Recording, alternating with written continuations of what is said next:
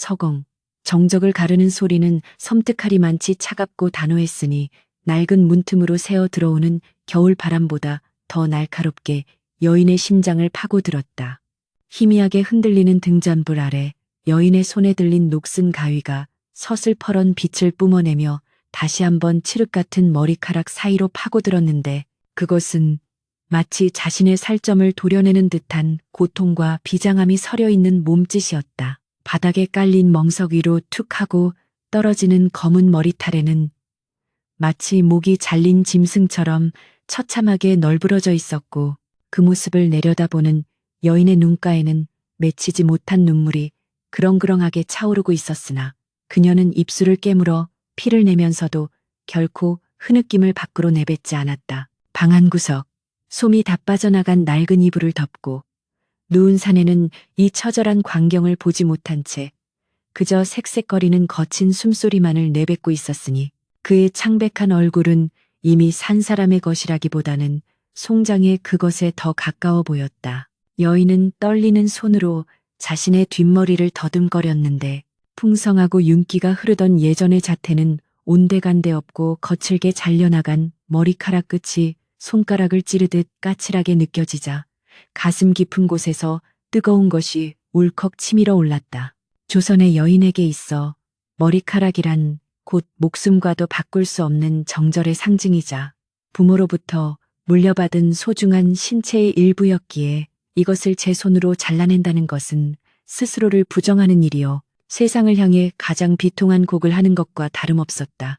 부인, 물 좀. 그때 병석의 남편이 몽롱한 의식 속에서 힘겹게 아내를 찾는 목소리가 들려오자 여인은 화들짝 놀라며 잘린 머리카락을 급히 치마폭 속에 감추고는 황급히 물그릇을 들고 남편의 곁으로 다가갔다. 식은땀으로 흠뻑 젖은 남편의 이마를 닦아내며 그녀는 속으로 피눈물을 삼켰으니 이토록 고운님을 살리기 위해서라면 머리카락이 아니라 심장이라도 꺼내어 팔 수 있을 것 같다는 생각에 미치자 잠시 흔들렸던 마음이 다시금 강철처럼 단단해졌다. 남편이 겨우 물 한 모금을 넘기고 다시 깊은 잠에 빠져들자 여인은 다시금 가위를 집어들고 남은 머리카락마저 망설임 없이 잘라내기 시작했는데 그 손놀림에는 더 이상의 주저함이 없었다. 사그락거리는 가위질 소리와 함께 바닥에 수북이 쌓여가는 검은 머리카락들은 지난날 그녀가 남편과 함께 나누었던 맹세와 행복했던 기억들의 파편처럼 보였다. 혼례를 올리던 날 곱게 따아내린 머리에 족두리를 쓰고 수줍게 웃던 자신의 모습을 남편은 세상 그 무엇보다 아름답다며 칭송해 주었었다. 그대의 검은 머리카락이 팥뿌리가 될 때까지 우리 서로 아끼며 백년해로 합시다. 혼례날 밤 남편이 그녀의 긴 머리카락을 조심스럽게 쓰다듬으며 속삭였던 그 약속은 이제 가난과 병마라는 모진 현실 앞에서 속절없이 부서져 내리고 있었다. 가난은 죄가 아니라 했으나 사람의 목숨을 갉아먹고 존엄마저 앗아가는 이 지독한 곤궁함은 분명 하늘이 내린 형벌과도 같았다. 글 읽는 재주가 비상하여 장래가 촉망되던 선비였던 남편은 과거 시험을 준비하며 밤낮으로 책을 놓지 않았으나 기울어진 가세와 겹친 흉년은 젊은 부부를 벼랑 끝으로 내몰았다. 감이 없어 냉골에서 지내기를 수년, 변변한 끼니조차 잊지 못해 맹물로 배를 채우는 날이 허다했음에도 남편은 오직 글 공부에만 매진했으나 무리한 공부와 영양실조는 결국 그 건장하던 사내를 피를 토하는 폐병 환자로 만들어버리고 말았다. 며칠 전 의원이 다녀가며 남긴 말은 그녀에게 청천벽력과도 같았으니 귀한 약재인 산삼을 쓰지 않으면 살을 넘기기 힘들 것 같소. 허나 그 값이 만만치 않으니 의원의 말끝이 흐려질 때 여인은 절망의 구렁텅이에 빠진 듯 눈앞이 캄캄해졌었다.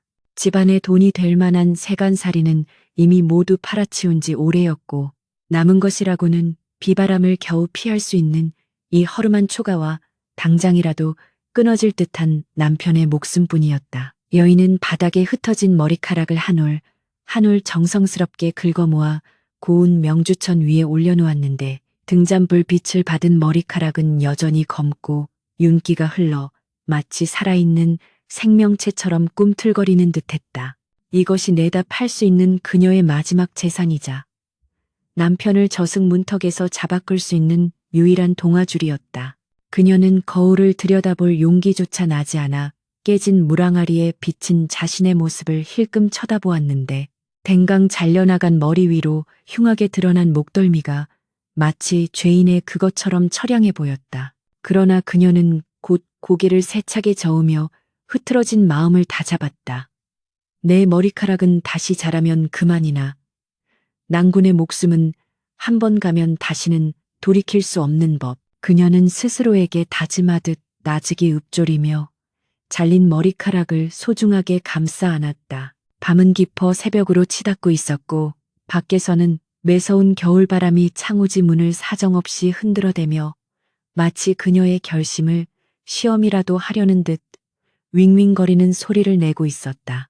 여인은 남편이 깰세라 조심스럽게 자리에서 일어나 다해진 치마 저고리를 여미고 머리에는 남편의 낡은 헌갑근을 주워 모아 만든 투박한 수건을 둘렀었다. 흉하게 잘린 머리를 남편에게 보였다가는 그가 받을 충격이 얼마나 클지 알기에 그녀는 남편이 눈을 뜨기 전에 읍내 장터로 다녀와야만 했다. 문을 열고 나서자 살을 애는 듯한 칼바람이 그녀의 얇은 옷자락을 파고들며 온몸을 얼어붙게 만들었으나 품속에 품은 머리카락의 온기만이 그녀를 지탱해주는 유일한 불씨였다. 하늘에는 무심한 달빛만이 차갑게 내려앉아 머리카락을 팔러가는 여인의 고단한 그림자를 길게 들이우고 있었다. 그녀의 발걸음은 읍내를 향해 재촉되었으나 마음은 천근만근 무거웠으니 양반과 규수의 몸으로 장터 바닥을 헤매며 머리카락을 흥정해야 한다는 수치심이 그녀의 발목을 잡고 늘어지는 듯했다. 그러나 뒤돌아보면 당장이라도 숨이 넘어갈 듯 헐떡이던 남편의 창백한 얼굴이 어른거려 그녀는 입술을 꽉 깨물고 눈보라가 몰아치는 산길을 향해 내달리기 시작했다. 돌부리에 걸려 넘어지고 가시덤불에 옷이 찢겨도 그녀는 품에 안은 머리카락 뭉치가 다칠세라 그것만을 감싸 쥐고 일어섰다. 저 멀리 동이 터오는 새벽 하늘이 붉게 물들어가는 것을 보며 여인은 오늘 반드시 약값을 구하지 못하면 낭군과 함께 죽으리라는 비장한 각오를 가슴에 새겼다. 이제 그녀에게는 자존심도 체면도 중요하지 않았으며 오직 낭군을 살려야 한다는 일념 하나만이 그녀를 움직이는 거대한 힘이 되어 그녀의 등을 떠밀고 있었다. 읍내 장터의 아침은 소란스럽고 활기찼으나 그 활기조차 여인에게는 날카로운 비수처럼 다가와 가슴을 후벼 팠다.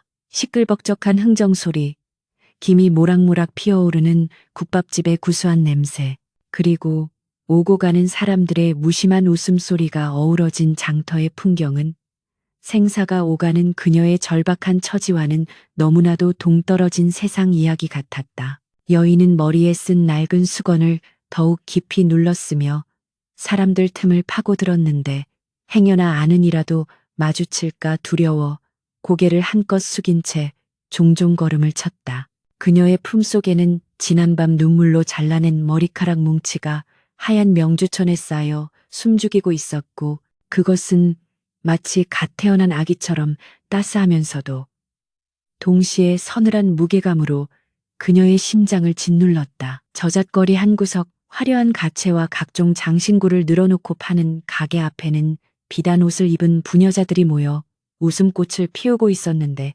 그들의 풍성하고 윤기 흐르는 머리카락을 보자 여인은 저도 모르게 움츠러들며 자신의 볼품없는 머리 수건을 움켜쥐었다. 걔 누구 없소? 여인이 떨리는 목소리로 가게 안을 향해 인기척을 내자 비단 방석 위에 비스듬히 누워 곰방대를 물고 있던 주인 사내가 귀찮다는 듯 눈을 흘기며 몸을 일으켰다. 기름진 얼굴에 탐욕이 덕지덕지 묻어있는 사내는 여인의 남루한 행색을 위아래로 훑어보더니 코웃음을 치며 손을 휘저었다. 동냥을 하려거든 저기 절간으로나 가보시오. 아침부터 재수없게 사내의 모욕적인 언사에 여인의 얼굴은 수치심으로 붉게 달아올랐으나 당장이라도 자리를 박차고 나가고 싶은 충동을 억누르며 품속의 보따리를 조심스럽게 꺼내놓았다. 동량을 바라고 온 것이 아닙니다. 이것을 팔러 왔습니다.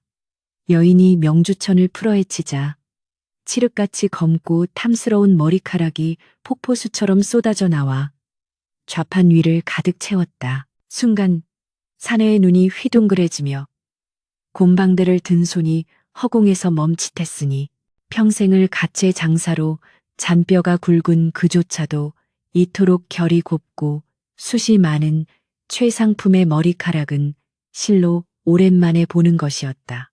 그러나 장사치의 본능은 이내 감탄을 감추고 교활한 계산 속으로 바뀌었다.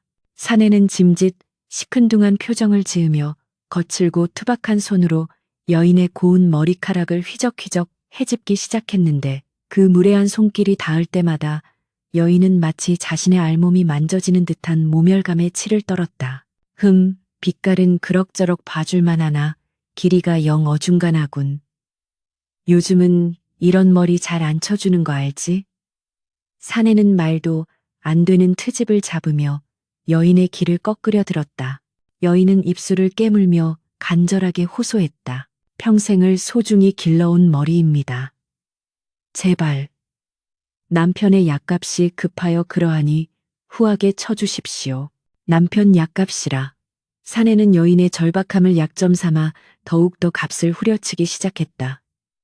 딱해 보이긴 하나 장사란 게 어디 사정 봐주면서 하는 거요? 요즘 경기가 워낙 안 좋아서 말이요. 사내는 혀를 차며 엽전 몇 덕을 짤그랑거리며 바닥에 던지듯 내놓았다. 그것은 여인이 예상했던 값의 절반, 아니 그 이하에도 미치지 못하는 터무니없는 헐값이었다. 여인의 눈앞이 캄캄해졌다. 그 돈으로는 의원이 일러준 산삼은커녕 변변한 약첩 몇 개를 짓기에도 빠듯한 액수였다. 주인장, 이보시오 주인장. 적어도 약은 지을 수 있게 해주셔야지요. 사람 목숨이 달린 일입니다. 여인은 바닥에 엎드려 사내의 바짓가랑이를 잡고 애원했으나 사내는 냉정하게 옷자락을 뿌리쳤다. 싫으면 도로 가져가시오. 이 바닥에서 나만큼 쳐주는 사람도 없을 테니. 차가운 바닥에 내동댕이 쳐진 여인은 머리카락 뭉치를 다시 주워 담으려 했으나 문득 집에 누워 사경을 헤매는 남편의 얼굴이 떠올랐다. 지금 이 머리카락을 도로 가져간들 뾰족한 수가 있는 것도 아니요. 다른 가게를 찾아다닐 시간조차 그녀에게는 사치였다. 자존심을 지키려다 낭군을 잃을 수는 없었다. 여인은 피가 배어 나올 듯 입술을 꽉 깨물고는 바닥에 흩어진 엽전들을 하나하나 줍기 시작했다. 차가운 엽전의 감촉이 손끝을 타고 전해져와 심장까지 얼어붙게 만드는 듯했다. 엽전을 줍는 여인의 손등 위로 굵은 눈물방울이 툭툭 떨어져 내렸으나 그녀는 소리내어 울지 않았다. 자신의 분신과도 같은 머리카락이 탐욕스러운 장사치의 손에 넘겨지는 것을 뒤로하고 여인은 도망치듯 가게를 빠져나왔다. 등 뒤로 들려오는 사내의 비릿한 웃음소리가 비수가 되어 그녀의 등짝을 찔러댔다. 가게를 나온 여인은 넋이 나간 사람처럼 휘청거리며 약재상을 향해 달렸다. 손에 쥐어진 엽전 꾸러미가 너무나도 가벼워 그것이 마치 자신의 목숨값인 양 서러움이 북받쳐 올랐다. 약재상에 도착한 여인은 의원에게 엽전을 내밀며 떨리는 목소리로 말했다. 이 돈에 맞춰 가장 좋은 약으로 지어주십시오. 제발 부탁드립니다. 늙은 의원은 여인의 헝클어진 머리 수건과 붉게 충혈된 눈 그리고 흙투성이가 된 손을 바라보며 사태를 짐작한 듯 깊은 한숨을 내쉬었다. 주축, 부인의 정성이 참으로 갸륵하구려. 의원은 돈에 비해 훨씬 귀한 약재들을 몰래 더 얹어 약첩을 지어주었으나 여인은 그 사실을 알 겨를도 없이 그저 약을 구할 수 있었다는 안도감에 다리가 풀려 주저앉을 뻔했다. 약을 받아들고 약재상을 나서자 하늘은 어느새 잿빛 구름으로 뒤덮여 있었고 금방이라도 폭우가 쏟아질 듯 으르렁거리고 있었다. 안 된다. 지금 비가 오면 안 되는데. 여인은 품속에 약첩을 젖지 않게 하기 위해 치마폭으로 겹겹이 감싸 안으며 하늘을 원망스럽게 올려다보았다. 그러나 하늘은 그녀의 간절한 바람을 비웃기라도 하듯 차가운 빗방울을 하나둘씩 떨어뜨리기 시작했다. 처음에는 이슬비처럼 내리던 비가 이내 굵은 장대비로 변하여 메마른 대지를 사정없이 때리기 시작했다. 장터의 사람들은 비를 피해 처마 밑으로 주막 안으로 황급히 몸을 숨겼으나 여인은 멈출 수가 없었다. 집에서 기다리고 있을 낭군이 숨이 넘어갈지도 모른다는 공포가 빗줄기보다 더 무섭게 그녀를 몰아세웠기 때문이다. 진흙탕으로 변해가는 장터 길을 내달리는 여인의 모습은 처절했다. 빗물에 젖은 치마가 다리에 휘감겨 걸음을 방해했고 잘린 머리카락 틈으로 스며드는 차가운 빗물이 등골을 타고 흘러내려 오한이 들게 했다. 사람들이 미친년 널뛰듯 한다며 혀를 차거나 손가락질을 해댔지만 여인의 귀에는 오직 거친 빗소리와 자신의 가쁜 숨소리만이 들릴 뿐이었다. 비에 젖은 생쥐꼴이 되어 비틀거리는 그녀의 모습은 볼품없기 그지없었으나 품속에 약첩을 끌어안은 그 두 팔만큼은 세상 그 어떤 장수의 방패보다도 견고했다. 차가운 빗줄기가 얼굴을 때릴 때마다 여인은 장터에서 겪었던 수모와 헐값에 팔려나간 자신의 머리카락을 떠올리며 이를 악물었다. 이 비가 그치고 나면 내 낭군은 반드시 일어나리라. 내 머리카락이 다시 자라기 전에는 결코 이 가난과 슬픔에 지지 않으리라. 그녀의 눈에서 흐르는 것이 빗물인지 눈물인지 분간할 수 없었으나 그 눈빛만은 빗속에서도 형형하게 빛나고 있었다. 읍내를 벗어나 인적 드문 산길로 접어들자 길은 더욱 험해지고 빗줄기는 거세져 한치 앞을 분간하기 어려웠다. 미끄러운 진흙길 위에서 여인은 몇 번이고 넘어지며 무릎이 깨지고 손바닥이 찢어졌으나 그때마다 오뚜기처럼 다시 일어섰다. 저 멀리 산등성이 너머로 보이는 희미한 초가집만이 그녀가 향해야 할 유일한 등대였다. 비바람이 몰아치는 산길 위 홀로 걷는 여인의 뒷모습은 위태로워 보였으나 그 발걸음에는 결코 꺾이지 않을 강인한 의지가 서려 있었다. 하늘이 무너지고 땅이 꺼져도 지켜내야 할 사랑이 있기에 여인은 피칠갑이 된 무릎을 일으켜 세우며 다시금 험한 고갯길을 오르기 시작했다. 젖은 옷이 무겁게 짓눌러와도 그녀의 품 안에는 남편을 살릴 생명수가 펄떡이고 있었으니 그것은 단순한 약이 아니라 그녀의 살과 피요 영혼 그 자체였다. 거센 빗줄기가 천지간을 집어 삼킬 듯 포효하며 쏟아져 내리는 산길은 이미 길이 아니었으니 그것은 흡사 성난용이 몸부림치는 듯한 진흙탕의 지옥도와 다를 바 없었다. 발을 내디딜 때마다 발목까지 푹푹 빠지는 질척한 흙구덩이가 여인의 걸음을 끈질기게 붙잡고 늘어졌으나 그녀는 마치 귀신에 홀린 사람처럼 앞만 보고 내달렸다. 계곡에 이르자 평소에는 졸졸 흐르던 개울물이 불어나 시커먼 황토물이 되어 콸콸 쏟아져 내리고 있었는데 그 기세가 어찌나 흉흉한지 바라보는 것만으로도 오금이 저려올 지경이었다. 다리는 이미 물살에 휩쓸려 흔적도 없이 사라진 뒤였고 건너편으로 갈 수 있는 길은 오직 저 거친 물살을 헤치고 나가는 것뿐이었다. 여인은 잠시 주저하며 거친 물살을 내려다 보았으나 품속에 안긴 약첩을 느끼는 순간 공포는 연기처럼 사라지고 오직 낭군을 살려야 한다는 어미 짐승과도 같은 본능만이 온몸을 지배했다. 이까짓 물살이 대수랴.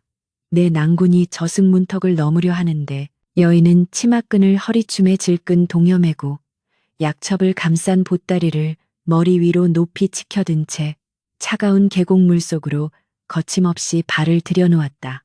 살을 내는 듯한 얼음장 같은 물이 허벅지를 지나 허리까지 차오르자 거센 물살이 여인의 몸을 휘청거리게 만들며 하류로 쓸어내리려 위협했다. 발바닥 밑의 돌들은 이끼가 끼어 미끄럽기 그지없었고 물속에 잠긴 날카로운 나뭇가지들이 종아리를 핥히고 지나가며 붉은 피가 배어나왔으나 흙탕물에 섞여 그조차 보이지 않았다.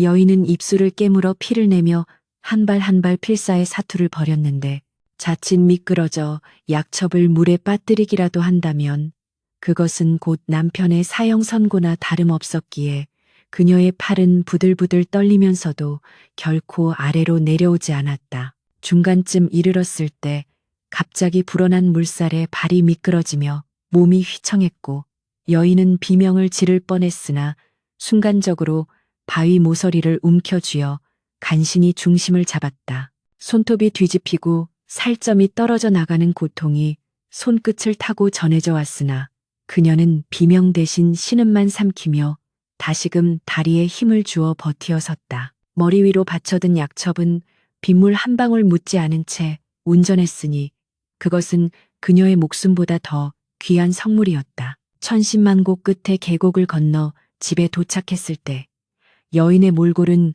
그야말로 처참하기 그지없었다. 물에 빠진 생쥐꼴이 된 옷가지에서는 흙탕물이 뚝뚝 떨어지고 있었고 찢어진 치마 사이로 보이는 다리는 온통 상처투성이었으나 그녀는 젖은 옷을 갈아입을 생각조차 하지 못한 채 곧장 부엌으로 뛰어들었다. 냉기가 감도는 부엌은 썰렁하기 그지없었으나 여인은 서둘러 아궁이 앞에 주저앉아 젖은 부직갱이와 솔갈비를 긁어모아 불을 지피기 시작했다. 빗물에 젖은 나무들은 매캐한 연기만 내뿜을 뿐 좀처럼 불이 붙지 않아 여인의 애간장을 태웠는데 그녀는 맵고 독한 연기에 눈물과 콧물을 쏟으면서도 멈추지 않고 입으로 바람을 불어넣으며 불씨를 살리려 안간힘을 썼다. 제발, 제발 붙어다오. 우리 낭군 살려야 한다.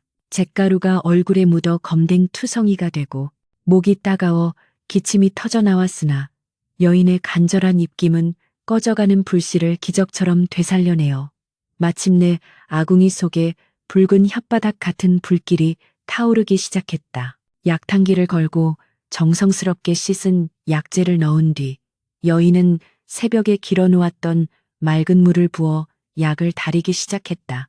타닥타닥 타오르는 장작불 소리와 함께 약탕기 안에서 보글보글 끓어오르는 소리가 부엌을 채우기 시작하자 집 안가득 쌉싸름하면서도 구수한 한약 냄새가 퍼져나갔다. 여인은 부채를 들어 불길을 조절하며 약탕기 앞을 한시도 떠나지 않았는데 그녀의 눈빛은 마치 불 속으로 빨려 들어갈 듯 강렬하고도 깊었다. 단순히 약을 다리는 것이 아니었다. 그녀는 자신의 피와 살, 그리고 깎아낸 머리카락에 담긴 영혼까지 모두 그 약탕기 안에 쏟아붓고 있었다. 땀방울이 이마에 맺혀 빗물과 섞여 흘러내리고 불길의 열기에 얼굴이 발갛게 달아올랐으나 그녀는 뜨거움을 느낄 겨를도 없었다. 천지신명이시여, 비나이다 비나이다. 제 머리카락과 맞바꾼 이 약으로 부디 제 남편의 병마를 씻은 듯이 낫게 해주소서. 제 목숨을 거두어 가셔도 좋으니 제발 낭군만은 살려주소서. 여인의 입에서는 끊임없이 주문과도 같은 기도가 흘러나왔고 그 간절함은 피어오르는 하얀 김이 되어 하늘로 올라가고 있었다. 밤은 깊어가고 밖에서는 여전히 비바람이 몰아치고 있었으나 부엌 안은 약탕기 끓는 소리와 여인의 거친 숨소리만이 가득했다. 시간이 얼마나 흘렀을까? 약탕기 속의 물이 반으로 줄어들고 약재의 진액이 우러나와 짙은 갈색빛을 띠기 시작했다. 여인은 뜨거운 약탕기를 맨손으로 내리는 것조차 잊은 채 행주로 감싸 조심스럽게 상위로 옮겼다. 고운 삼배 보자기에 약재를 붓고 나무 주걱으로 꾹꾹 눌러 짜내자 검붉은 약물이 한 방울 한 방울 그릇에 떨어져 내렸다. 그것은 단순한 약물이 아니라 여인의 심장을 짜내어 만든 생명수였고 그녀의 헌신과 사랑이 응축된 결정체였다. 뜨거운 김이 모락모락 피어오르는 약사발을 받쳐든 여인의 손은 델듯이 뜨거웠으나 그녀는 그 온기가 식을 새라 서둘러 안방으로 향했다. 방문을 열자 퀴퀴한 병향과 함께 싸늘한 냉기가 밀려왔으나 여인이 들고 온 약사발의 온기와 향기가 순식간에 방 안의 죽음의 그림자를 밀어내는 듯했다. 병석에 누운 남편은 여전히 혼수 상태에서 헤어나지 못한 채 얕은 숨만 내쉬고 있었는데 창백하다 못해 투명해진 그의 얼굴은 금방이라도 부서져 버릴 것만 같아 여인의 가슴을 미어지게 했다. 여인은 남편의 머리맡에 앉아 상체를 조심스럽게 일으켜 세워 자신의 품에 기대게 했다. 여보, 약 드세요. 당신 살리려고 구해온 약입니다. 제발 눈 좀 떠보세요. 여인은 숟가락으로 약물을 떠서 남편의 입술에 조심스럽게 흘려넣었으나 의식이 없는 남편은 약을 삼키지 못하고 입가로 흘러내리기만 했다. 검은 약물이 남편의 흰 옷깃을 적시자 여인의 마음도 새카맣게 타들어갔다. 안 됩니다. 삼키셔야 합니다. 제발. 여인은 다급한 마음에 자신의 입에 약을 머금고 남편의 입술에 맞추어 약을 불어넣기 시작했다. 그녀의 따뜻한 숨결과 함께 쌉싸름한 약물이 남편의 목구멍으로 넘어가자 굳게 닫혀있던 남편의 목골대가 미약하게나마 꿈틀거리며 반응을 보였다. 한 숟가락, 두 숟가락. 여인의 지극정성은 마침내 닫혀있던 남편의 생명의 문을 두드리기 시작했다. 약이 조금씩 몸속으로 퍼져나가자 얼음장 같던 남편의 몸에 희미하게나마 온기가 돌기 시작했고 불규칙하게 끊어질 듯 이어지던 숨소리도 조금씩 안정을 찾아가는 듯했다. 여인은 빈 약사발을 내려놓고 탈진한 듯 남편의 곁에 쓰러져 누웠다. 긴장이 풀리자 온몸의 상처와 피로가 본물 터지듯 밀려와 손가락 하나 까딱할 수 없을 지경이었으나 규칙적으로 오르내리는 남편의 가슴을 바라보는 그녀의 눈가에는 안도의 눈물이 주르륵 흘러내렸다. 젖은 머리 수건이 벗겨져 흉하게 잘린 머리카락이 드러났지만 어두운 방 안이라 다행히 눈에 띄지 않았다. 여인은 남편의 손을 꼭 잡고 속삭였다. 살아만 주세요. 대가는 제가 다 치르겠습니다. 밖에서는 빗줄기가 조금씩 잦아들고 있었고 칠흑 같은 어둠 속에서도 새벽이 오고 있음을 알리는 닭의 울음소리가 멀리서 들려왔다. 이것은 긴 밤의 끝이자 운명이 뒤바뀌는 새로운 날의 시작이었다. 하지만 운명은 그리 호락호락하지 않았으니 약기운이 돌면서 남편이 깊은 잠에 빠져든 사이 여인의 몸은 불덩이처럼 달아오르기 시작했다. 빗속을 뚫고 오느라 얻은 한기와 극심한 과로가 겹쳐 여인에게도 병마가 찾아온 것이다. 으슬으슬 떨리는 몸을 웅크리며 여인은 남편의 이불자락을 끌어당겼으나 자신의 몸보다 남편이 차가울까 걱정되어 이내 다시 덮어주었다. 나는 괜찮다. 나는 괜찮아. 최면을 걸듯 중얼거리는 그녀의 의식은 점차 흐릿해져 갔다. 그녀가 기절하듯 잠든 사이 창호지 문 밖으로는 서서히 동이 트고 있었고 방 안으로 스며드는 아침 햇살은 이 가련한 부부의 모습, 특히 수건이 벗겨진 채 드러난 아내의 짧은 머리카락을 적나라하게 비추기 시작했다. 이제 곧 남편이 눈을 뜰 것이요.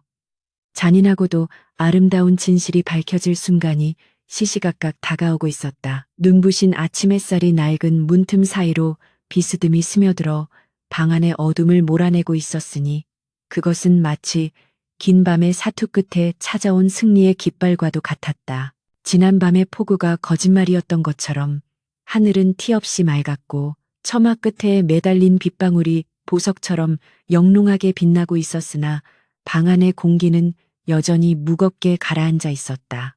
며칠 만에, 아니 수년 만에 처음으로 깊은 잠에서 깨어난 남편은 무겁게 짓누르던 눈꺼풀을 힘겹게 들어 올렸는데 시야가 흐릿하고 온몸이 물먹은 솜처럼 무거웠으나 가슴을 옥죄던 통증과 불덩이 같던 열기는 거짓말처럼 사라져 있었다.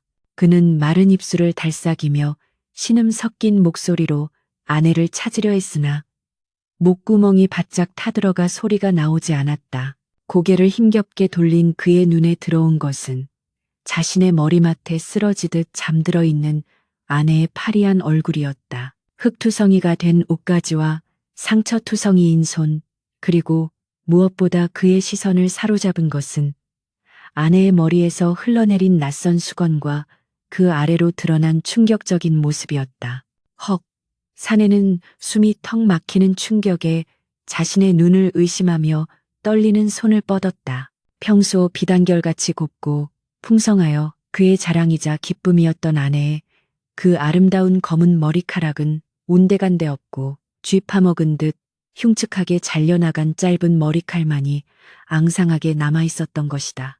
뭉텅뭉텅 잘려나간 머리카락 끝은 제멋대로 뻗쳐 있어 보는 이의 가슴을 서늘하게 만들었으며 드러난 하얀 목덜미는 처연하다 못해 비참해 보이기까지 했다. 사내는 이것이 꿈이기를, 아직 자신이 열병에 시달려 헛것을 보고 있는 것이기를 간절히 바랐으나 손끝에 닿는 까칠한 머리카락의 감촉은 너무나도 생생하고 차가운 현실이었다.